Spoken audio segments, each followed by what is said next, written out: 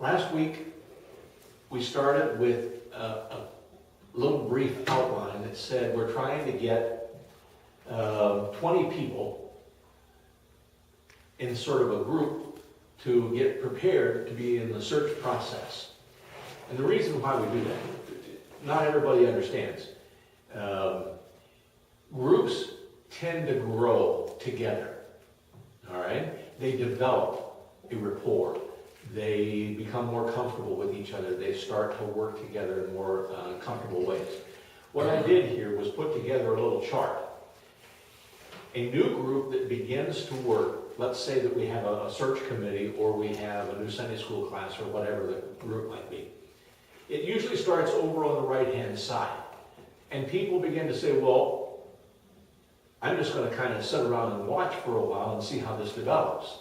And they don't get real involved. Or they let somebody else take the leadership. And so it usually starts out being a little hard to get people to participate. Sometimes you might say, well, they've got sort of an erratic level of commitment. I'll show up when it's convenient, but I just don't see it as that important yet. I don't see it as an important part of the process. But as things develop and as the project gets closer, as the search begins to take on some reality, and it looks like we're actually getting there, we start to see the qualities develop over here on the left-hand side. And you see people miss fewer meetings. They're more active in attendance. They're more involved in giving ideas and sharing. They begin starting to say, well, let me see if I can do this, or I'll provide that, or I'll do the one that... And you see they become active participants rather than just passive receivers of what's happening. And as they get farther along, they get more flexible. Normally when a group starts off, we start with where we are, okay? I've been in a lot of these different meetings, and we'll start off and we'll say, what do you think we need to work on to prepare for the new era of ministry in the church? And somebody will sit there and say, I think if we have Sunday morning, Sunday night, and Wednesday evening services, we should be in good shape. That's what a church does. And, that's what worked for me.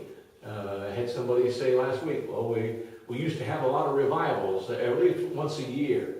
And I think if we had revivals, that would spark the church right up. Well, that's basically starting from where we are now. Okay? But that may not be what's needed here. All right? Someone said, well, if we just have a youth group or we have a youth program, then we'll be fine, because the youth is the future of the church. Well, that may or may not be what this church needs in order to thrive. And so, as we start to think about it, we go, well, we start off being pretty self-certain, all right? We know what's worked in the past. We know what worked back home. We know what worked out in Iowa. I can share with you. In Iowa, one of the things that really sparked the church was we had a preschool meeting in the church building, and 50 families a day came into the church building, and there I stood just inside the door, welcoming each one and having a chance to get to know all those young families and participate. And the leader of the preschool began to attend our congregation, and she brought some of her friends in and some of her helpers from the school, and things were beginning to really pick up because we had a preschool in the brand new building that we had. Does that mean that's something I would say should happen here? No, that's not that. It's just, if we start from where we see what's worked in the past, we may not be ready to adapt to what needs to be done here. So as we get to work more together, we begin to see, well, that idea worked then, but this seems to be a better idea today, and we get more flexible, and we get more ministry-minded. What does ministry-minded mean, do you suppose? What do you think ministry-minded means? Minister to people. There you go. We look at them and say, what can we do to take care of you? Okay? Instead of, what do I know worked back in Michigan? Oh, hey, I can tell you about Michigan. We get a group of about 20-year-old, about 6 or 7 20-year-olds and have them play rock and roll music. Man, that works like crazy. That really worked. It brought in all kinds of young adults into the church back then. And every Tuesday night they had a Bible study that was really, really important. It was really cool. And once a month we had a Christian concert in the basement of the church. Is that what we're going to do here? No.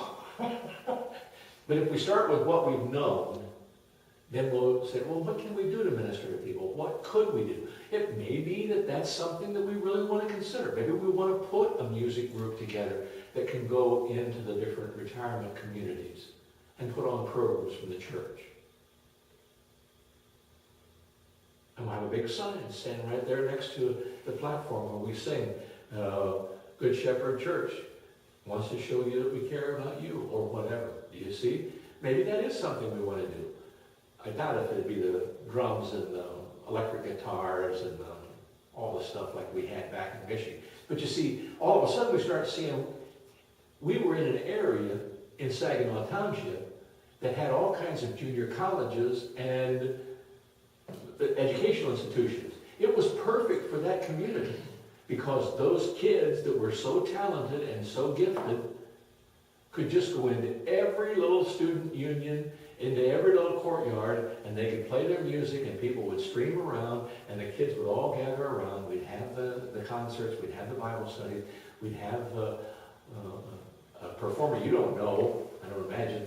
We had a lady named Honey Tree, came all the way from Fort Wayne, Indiana to perform for us one evening. And that was a knockout evening. But now all of a sudden we started, well, that may work, but what was the real point? It met the need of those people at that point. What can we do? Then all of a sudden we began to get ministry-minded. When we start, we almost always think in short-term goals. All right? How can we get this over with fast? We don't really want to spend 18 months. Can we do it in 3? You know, can we figure something out so we don't have to wait a whole year and a half? And normally we're thinking of things that would be quick or easy or would require a lot less work. And so eventually we began to say, yeah, well, it's going to take us a little while to develop some ideas or to develop a program. A search committee, like any group, matures. There's no other way to say it. We begin to share ideas, and by working together, we all change a little bit, and the group becomes more dynamic and better equipped to do the job.